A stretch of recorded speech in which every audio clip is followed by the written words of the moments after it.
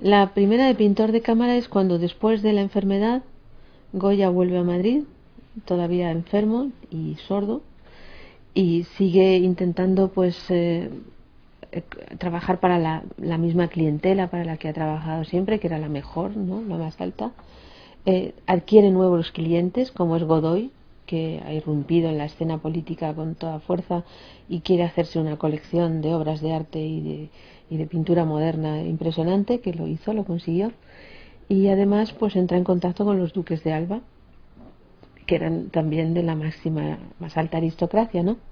Entonces le vemos ahí trabajando en todos esos frentes, además de abrir su propio frente ya nuevo, que es pintura independiente, cuadros de gabinete con absoluta independencia, y los álbumes de dibujos, que son una novedad, que empieza a hacer escenas tomadas de la realidad, pero no copiadas de la realidad, ¿no? Sino algo que ha visto que le interesa y que lo rehace él en sus álbumes de dibujos, los dos llamado de Sanlúcar y de Madrid, que son el núcleo del que va a salir Los Caprichos, ¿no? Y Los Caprichos, con Los Caprichos concluye esa primera escena en 1799 y con su nombramiento como primer pintor de cámara. La segunda, que empieza en 1800, pues empieza con nada menos que la condesa de Chinchón y la familia de Carlos IV, ¿no? Y pues vemos ahí un periodo en el cual sus intereses más privados no le da tiempo, es decir, está tan ocupado con los retratos de todos estos personajes, con el trabajo para Godoy, para el Palacio de Godoy, es decir, está completamente ocupado otra vez, trabajando a tiempo pleno, ¿no? Y en ese periodo es un periodo excepcional en que nos damos cuenta de lo gran retratista que es. Ya lo ha hecho antes, ¿no? Pero en ese momento está en la cumbre de sus facultades como retratista, porque además es un periodo todavía en que los retratos tienen una brillantez excepcional, es decir, son retratos magníficos, ¿no? Más adelante también son retratos impresionantes y modernos, pero esa brillantez del 18, ¿no? Exquisita en cuanto a la calidad de la pintura y el colorido y tal, él lo va rozando, lo va destruyendo por un retrato mucho más seco, más austero, más monocromo, ¿no? Que es lo que vamos a ver ya en esos retratos posteriores.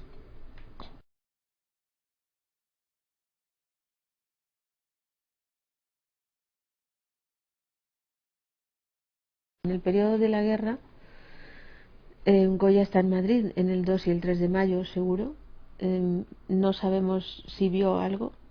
Ese día las personas de bien se quedaron en sus casas, es decir, la gente normal se quedó en sus casas y lo que se alzó y salió por las calles era el pueblo más bajo, como lo llamó Murat, el populacho. Eso es lo que salió a la calle. Y los demás estuvieron dentro de casa. Además era muy peligroso incluso asomarse a la ventana porque hubo varios muertos por mirar, ¿no? Es posible que viera algo, ¿no? Por la zona donde él vivía debió de ver pasar a los que iban hacia el parque de artillería de Monleón, ¿no? Pudo verlos pasar, no lo sabemos, ¿no? Pero en la guerra se queda, es consciente de esta especie de entrada de los franceses, salida de los franceses, entrada de los franceses, salida de los franceses, que se produce en Madrid a lo largo de los 6 largos años de guerra, como él lo llama después. Fue a Zaragoza para representar lo que había sucedido en Zaragoza, el heroísmo de la gente de allí. Pero bueno, ya sabemos desde muy pronto que lo que había hecho allí, varias de las cosas que hizo allí se le estropearon por darles una capa extraña de barniz que le estropeó algunos de los cuadros que hizo allí. Pero lo que trajo de allí y del camino fueron la idea de los desastres de la guerra, ¿no?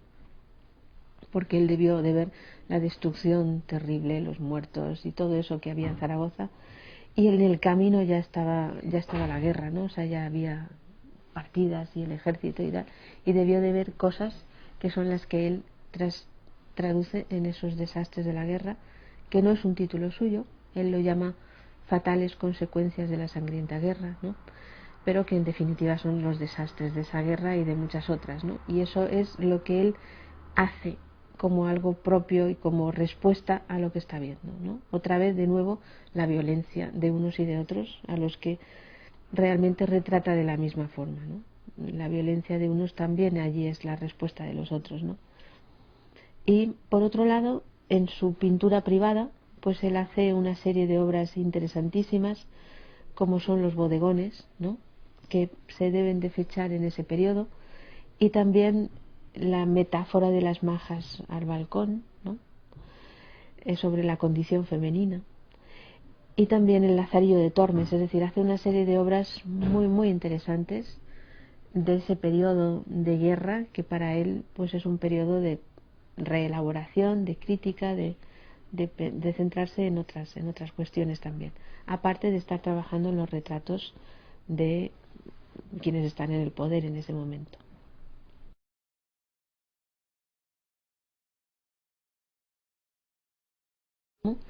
Tenemos una última fase que comienza con el 2 y el 3 de mayo, ¿no?, que son los cuadros que hace cuando ya ha terminado la guerra, cuando va a entrar en Madrid Fernando VII, y seguramente se extienden a lo largo de varios meses, es cuando ya el rey está en España y en Madrid, y él está haciendo esos cuadros al mismo tiempo de los caprichos enfáticos y de la tauromaquia, ¿no? O sea, por ejemplo, algunas escenas de la tauromaquia, que es una serie histórica sobre los orígenes de la tauromaquia, pues tienen que ver con los mamelucos, ¿no? O sea, las figuras de los árabes a pie, a caballo, alanceando toros y toreando, están basándose en lo que él ha visto de los mamelucos, ¿no? Está trabajando en ese mismo momento. Y eso le da pie después a pasar a una serie muchísimo más crítica y feroz y de una gran modernidad, como son los disparates, que están también en la exposición y que son una sátira velada, ¿no?, oculta, enigmática, tremendamente difícil de descifrar, y una sátira sobre también, como siempre, el ser humano y su irracionalidad, su locura, su violencia, y una sátira también contra el poder, contra la Iglesia, que es también bastante fuerte y que no pudo publicar en su tiempo, claro, era imposible, ¿no?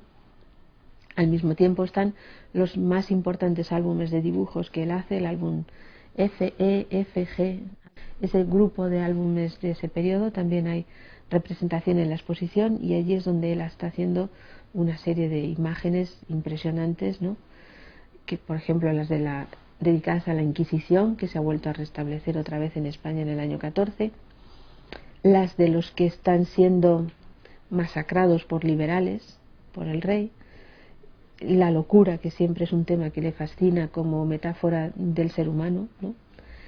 Y eso es lo que le interesa en ese periodo, ¿no?, que termina con grandes cuadros de altar, las Santas Justa y Rufina de la Catedral de Sevilla, o la Última Comunión de San José de Calasanz, con el que termina la exposición, y algunos retratos de sus mecenas de siempre, la familia de los duques de Osuna, o de sus amigos más cercanos, ¿no?, como Tiburcio Pérez Cuervo, un arquitecto amigo de Goya, ¿no?